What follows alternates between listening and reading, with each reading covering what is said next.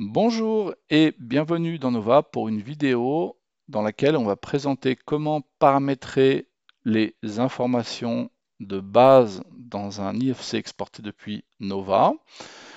Informations de base suivantes: le nom, la description, le nom étendu ou long name, ainsi que le type d'objet. Ces informations, vous allez les retrouver pour chacun des objets du modèle IFC, que ce soit un élément concret du modèle, donc un produit IFC, en terminologie IFC, on appelle ça un produit, ou bien un élément plus abstrait comme un bâtiment.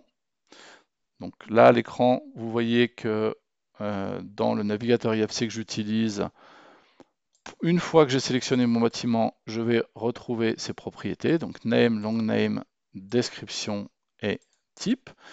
Mais si je clique par exemple sur une gaine de ventilation, eh bien, je vais retrouver également ces informations. Donc, en principe, lorsque vous devez traiter un projet en IFC, dans la charte BIM, ça va être précisé quel type d'information vous devez renseigner pour ces 4 attributs, donc name, long name, description et type d'objet. Alors, je vais vous montrer comment on va procéder dans Nova. Donc, je vais me rendre via un clic droit sur le nom du projet dans la fenêtre de documents IFC dans le paramétrage du mappage des propriétés. Les premiers registres, ils sont vraiment dédiés au P7, au set de propriétés. Et le dernier, c'est celui qui va nous intéresser. Donc, pour mon projet et mon site, je peux soit saisir des textes ici,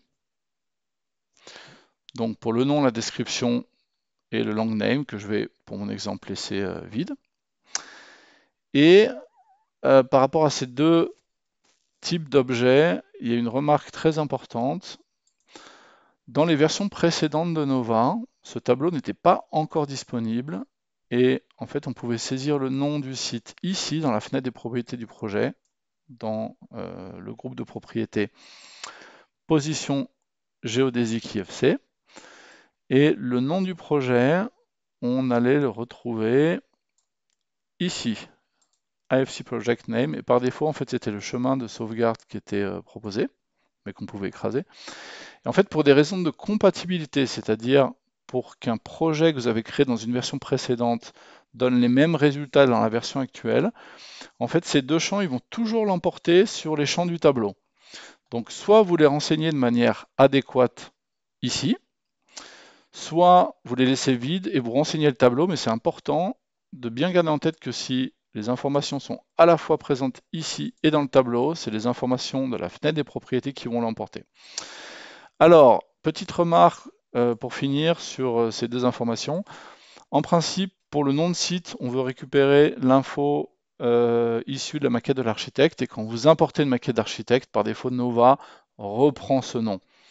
Donc au moins pour le nom de site, en principe, l'information elle est déjà correcte ici, donc c'est pas la peine de la ressaisir dans le tableau, mais vous pouvez le faire si vous voulez.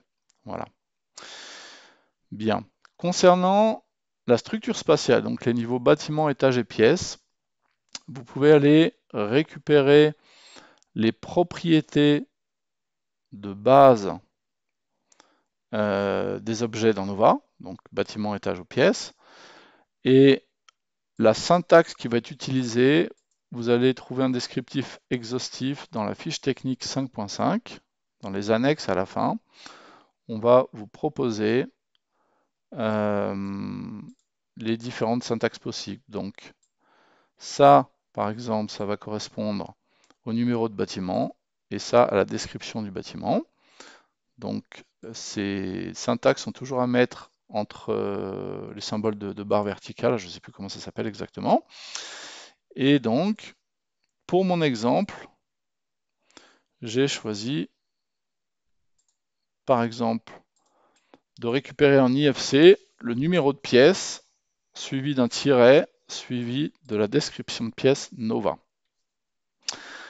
Pour finir, concernant les objets, donc les produits IFC Products du modèle, vous avez une ligne supplémentaire. Et dans cette ligne, vous allez également pouvoir spécifier une syntaxe qui va aller chercher de manière dynamique un attribut spécifique, une propriété spécifique Nova de votre objet, parmi les propriétés suivantes. Donc là, je reviens sur ma fiche technique. Désolé pour les va-et-vient, mais sans cette fiche technique, c'est un peu difficile d'aller au fond des choses. Donc pour les objets du modèle, on va retrouver une syntaxe qui est la suivante. Donc vous allez pouvoir exploiter les propriétés de base suivantes de l'objet. Et donc appliqué à mon exemple, ça donne donc ceci. Donc la classe d'objet, j'aimerais la récupérer comme nom en IFC. Le descriptif d'objet, j'aimerais récupérer à la fois comme description et comme type d'objet. Donc on va voir le résultat maintenant une fois l'export IFC effectué. On va d'abord jeter un œil au niveau du projet.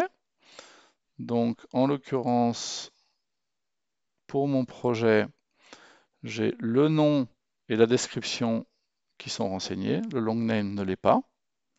Donc, si on regarde ici, ça correspond à notre saisie.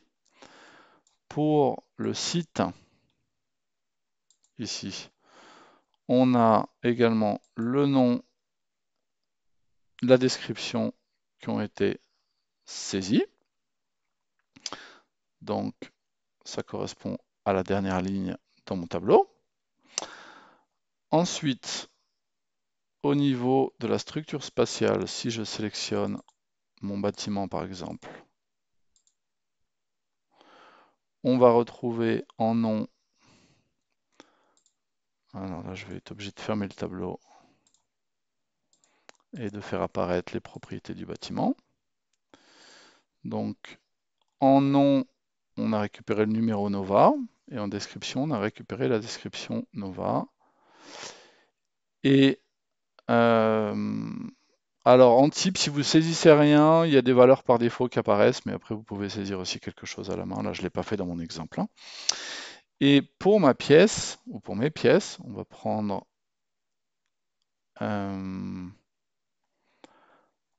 cette pièce comme exemple. Donc j'avais défini numéro de pièce tiré description de pièce. Et on voit qu'on a bien récupéré en description IFC la syntaxe spécifiée. Hein? Bien. Et enfin, si maintenant je prends un des objets du modèle, ma gaine de ventilation, donc on avait comme nom récupéré la classe d'objet, donc c'est le nom que vous voyez en haut de la fenêtre des propriétés, donc ici gaine entre parenthèses rectangulaire. Donc je clique sur ma gaine maintenant et je retrouve en nom le descriptif de ma classe d'objet. En description et en type, on avait récupéré la propriété Nova désignation. Et le long name, je crois pour l'ensemble des objets qu'on vient de présenter, n'a pas été renseigné. Alors je ne le vois pas ici au niveau de l'objet, mais si on prend par exemple le bâtiment, le long name est vide. Et donc si on rejette un œil à notre tableau, effectivement, on a la colonne qui est vide ici. Voilà donc pour cette vidéo concernant les attributs de base IFC. Si vous souhaitez avoir un peu plus d'informations sur la signification en fait, de la couleur de fond des cellules, je ne vais pas rentrer dans les détails, la vidéo était déjà assez longue et assez dense comme ça. Je vous invite donc à consulter la fiche technique 5.5. Et dernière remarque, sachez que le mappage des attributs de base pour les objets du modèle, c'est une fonction qui n'est disponible que à partir de la version 18.0 de Nova. Et enfin, plus généralement, pour l'ensemble de ces informations-là, sachez que le paramétrage ne sera disponible ou actif que pour le format d'export IFC4 ou supérieur. À la demande du support, j'ajoute un petit bonus à cette vidéo qui décidément va être longue. Comment spécifier l'information sur la phase du projet dans le modèle IFC? Alors malheureusement, dans la version actuelle, version 18, c'est une information qu'on ne peut pas saisir dans Nova. En fait, c'est assez simple de la rajouter directement dans le fichier. Je vais vous montrer comment faire. Donc commencez par ouvrir votre fichier IFC avec un éditeur de texte, par exemple Notepad, en faisant clic droit, ouvrir avec. Et ensuite, vous allez rechercher la balise IFC Project. Voilà. Et ensuite, vous allez remplacer le symbole de dollar, le dernier là juste avant les deux informations suivantes. Vous allez donc par copier-coller rajouter l'information, par exemple exe, comme ceci. Il faut bien respecter la syntaxe suivante, hein. Et évidemment, vous enregistrez et vous testez votre fichier avant de le communiquer, parce que si vous faites une erreur de syntaxe, votre fichier, vous allez le corrompre, il ne fonctionnera plus. Autre petite remarque, si vous voulez rajouter des accents, faites attention. Il y a une syntaxe particulière qui nécessite un encodage. Donc soit vous saisissez votre texte sans accent, soit vous faites d'abord un test depuis Nova, vous exportez le texte souhaité via un descriptif ou une propriété quelconque. Vous ouvrez votre résultat dans votre éditeur de texte, par exemple ici bâtiment, et puis ensuite vous le copiez dans votre presse-papier et vous le rajoutez ici à l'emplacement souhaité.